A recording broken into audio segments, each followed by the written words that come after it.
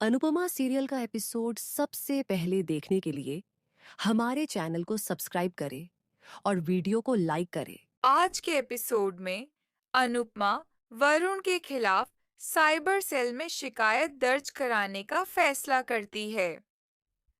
वरुण अनुपमा से ऐसा न करने की विनती करता है। उसे डर है कि कहीं उसका करियर बर्बाद न हो जाए। अनुपमा वरुण से पूछती है कि उसे अब अपनी गलती का एहसास क्यों हो रहा है। वह उसे याद दिलाती है कि उसकी हरकतों की वजह से ईशानी ने आत्महत्या करने की कोशिश की थी। वरुण को अपनी गलती का एहसास होता है और वह अनुपमा से उसे जाने देने के लिए कहता है। अनुपमा वरुण से मांग करती है कि वह ईशानी की तस्वीरें हर जगह से हटा दे और यह सुनिश्चित करे कि किसी और के पास न हो। वरुण उसे विश्वास दिलाता है कि उसने तस्वीरें किसी के साथ शेयर नहीं की हैं और उन्हें हटाने के लिए तैयार हो जाता है। अनुपमा ईशानी से भी अपनी तरफ से तस्वीरें हटाने के लिए कहती है। वह परितोष को वरुण का कबूलनामा रिकॉर्ड करने का निर्देश देती है ताकि अगर वह भविष्य में ईशानी या किसी और लड़की को परेशान करे तो वीडियो को सबूत के तौर पर इस्तेमाल किया जा सके। अनुपमा कहती है कि अगर उसने दोबारा झूठ बोला तो वीडियो उसकी पोल खोल देगा। वरुण ईशानी के खिलाफ अपने किए के लिए कैमरे पर माफी मांगता है। अनुपमा परितोष से सबूत के तौर पर मौजूद सभी लोगों का रिकॉर्ड करने के लिए भी कहती है। ईशानी भावुक होकर अनुपमा को गले लगा लेती है। अनुपमा फिर माही के बारे में सोचती है। वह चिंतित हो जाती है और सब कुछ ठीक करने की कोशिश करती है। हसमुख उसे सलाह देता है कि अगर चीजें संभालना बहुत मुश्किल हो रहा है तो उसे छोड़ देना चाहिए। अनुपमा पूछती है कि जब उसका परिवार बिखर रहा है तो वह कैसे यूं ही चली जा सकती है। वह कहती है कि अंश, परी, माही और ईशानी लगातार आपस में झगड़ रहे हैं। वह आगे कहती है कि अंश, जिसने कभी शाह परिवार की जिम्मेदारी संभाली थी, अब घर वापस भी नहीं लौटना चाहता। अनुपमा हंसमुख से कहती है कि वह सालों से सब कुछ संभालते संभालते थक गई है। हंसमुख उसे दिलासा देने की कोशिश करता है क्योंकि वह अपने परिवार के बारे में चिंता करती रहती है। इस बीच पराग गौतम से पूछता है कि जो निवेशक पहले उन्हें नजरअंदाज कर रहे थे, वे अब उनकी कंपनी के साथ डील के लिए कैसे राजी हो गए हैं। माही बताती है कि पहले अंश डील संभाल रहा था, इसलिए उनकी कोई दिलचस्पी नहीं थी, लेकिन गौतम उन्हें मना लेता है। पराग गौतम से प्रभावित होता है, जिससे अंश हैरान रह जाता है। वसुंधरा माही की शादी की तैयारी शुरू कर देती है और अंश से अनिल की मदद करने के लिए कहती है। वह कहती है कि पराग गौतम और प्रेम बिजनेस संभालेंगे। अंश दंग रह जाता है। माही वसुंधरा से पूछती है कि क्या उसकी शादी में सभी रीति रिवाजों का पालन किया जाएगा, और वसुंधरा उसे यकीन दिलाती है कि ऐसा ही होगा। परी अनुपमा से कुछ काम करने के लिए कहती है ताकि वह कोठारियों के बारे में न सोचे। अनुपमा मदद करने की कोशिश करती है, लेकिन परी बेचैन हो जाती है, यह सोचकर कि क्या कोठारी कभी जवाब देंगे। लीला परी से हंसमुख की चप्पलें ढूंढने के लिए कहती है और चिंता करती है कि क्या परी हमेशा उनके साथ रहेगी। तभी वसुंधरा माही और गौतम के साथ शाह हाउस पहुंचती है, जिससे अनुपमा हैरान रह जाती है। राही राजा को अपने प्यार के लिए लड़ने के लिए प्रोत्साहित करती है और राजा परी के लिए लड़ने का फैसला करता है। पराग अंश को गौतम से बिजनेस टिप्स लेने के लिए कहता है और दोनों की तुलना करता है। अनिल भी अंश को गौतम से सीखने की सलाह देता है, यह कहते हुए कि इसमें कोई बुराई नहीं है। प्रार्थना अंश को बुरा न मानने के लिए कहती है, क्योंकि पराग सिर्फ पेशेवर तौर पर बात कर रहा था। गौतम का नाम बार-बार सुनकर अंश निराश हो जाता है और गुस्से में प्रार्थना से पूछता है कि क्या उसे उससे शादी करने का पछतावा है। राही मीता से राजा और परी के बीच के मामले को सुलझाने में मदद मांगती है, लेकिन मीता परी को राजा की जिंदगी में वापस लेने से इनकार कर देती है, जिससे राही हैरान रह जाती है। इस बीच वसुंधरा अनुपमा और शाह परिवार को माही और गौतम की शादी में आमंत्रित करती है। अनुपमा निमंत्रण स्वीकार कर लेती है। परी वसुंधरा से माफी मांगती है और ईशानी परी का साथ देती है, लेकिन वसुंधरा उनकी बात अनसुनी कर देती है। माही परी और ईशानी से कहती है कि जब उसकी जिंदगी में खुशियां लौट आई हैं, तो वे दुर्भाग्य न लाएं। वसुंधरा माही की बात मान जाती है। अनुपमा फिर कोठारियों को जाने के लिए कहती है और उन्हें शादी में आने का आश्वासन देती है। प्रेम, जिसने एक गलत निवेश किया था, कोठारियों की प्रतिष्ठा को लेकर चिंतित होता है और मदद मांगता है। राही उसे माही गौतम और परी की समस्याओं पर ध्यान देने के लिए कहती है, लेकिन प्रेम भड़क जाता है और उसे डांटता है। राही प्रेम के बदले हुए व्यवहार पर सवाल उठाती है। बाद में राही परी को यकीन दिलाती है कि राजा उससे प्यार करता है और उनके रिश्ते के लिए लड़ेगा।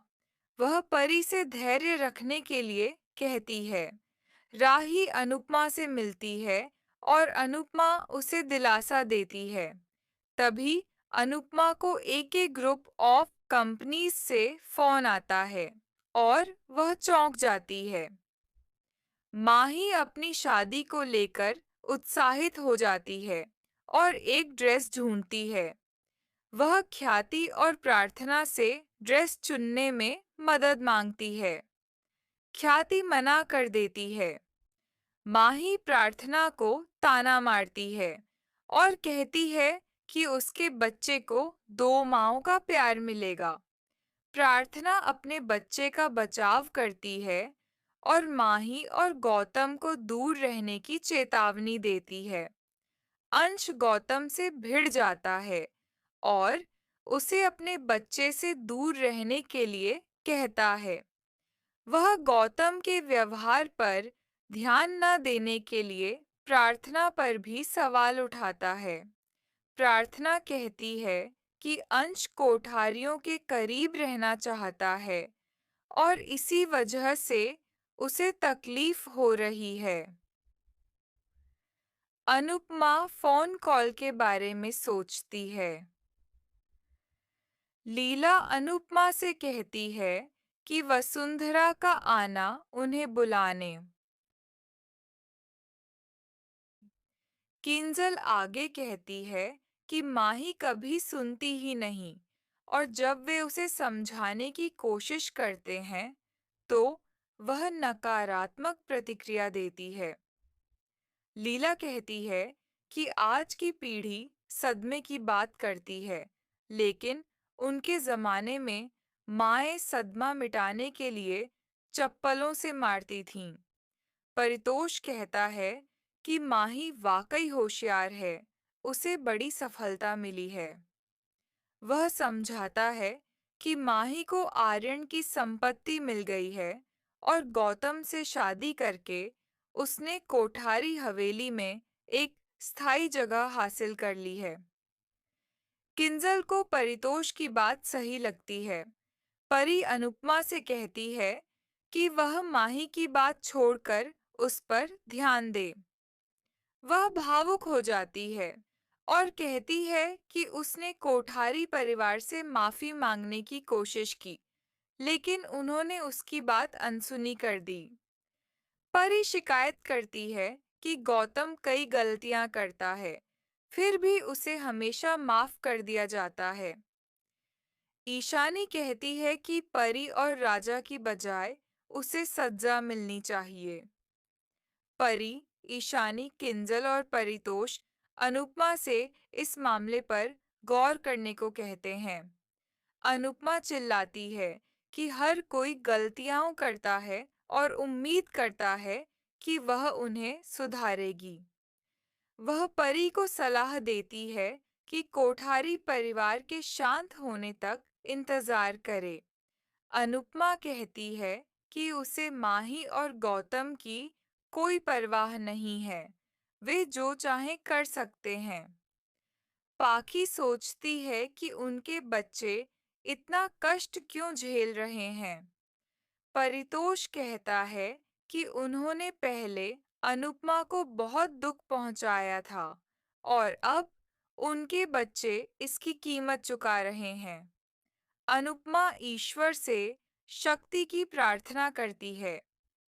इस बीच राही प्रेम से पूछती है कि वह इस सारी अफरा तफरी के बीच इतना शांत कैसे रह सकता है। प्रेम कहता है कि तनाव लेने से कुछ हल नहीं होगा। राही सवाल करती है कि वसुंधरा माही और गौतम के रिश्ते को कैसे स्वीकार कर सकती है। प्रेम जवाब देता है कि माही ने अपना फैसला कर लिया है और वे कुछ नहीं कर सकते। राही बात करते हुए प्रेम अपना फोन चेक करता है, जिससे वह गुस्सा हो जाती है। वह उस पर उसे नजरअंदाज करने का आरोप लगाती है। प्रेम कहता है कि उसका काम जरूरी है और वह पारिवारिक समस्याओं को सुलझा नहीं सकता। राही को उस पर शक होने लगता है और जब प्रेम उसके शक पर सवाल उठाता है, तो वह गुस्से में वहां से चली जाती है। ईशानी वरुण के अगले कदम को लेकर चिंतित है।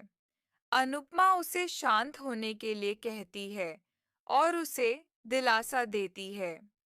दूसरी तरफ वसुंधरा, पराग, ख्याति, अनिल और मीता के सामने माही और गौतम के रिश्ते का बचाव करती है।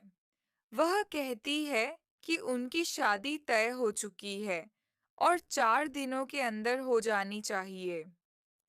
पराग पूछता है कि इतनी जल्दी क्यों, और वसुंधरा बताती है कि वह किसी भी तरह के तमाशे से बचना चाहती है, इसलिए सिर्फ परिवार के लोग ही शामिल होंगे।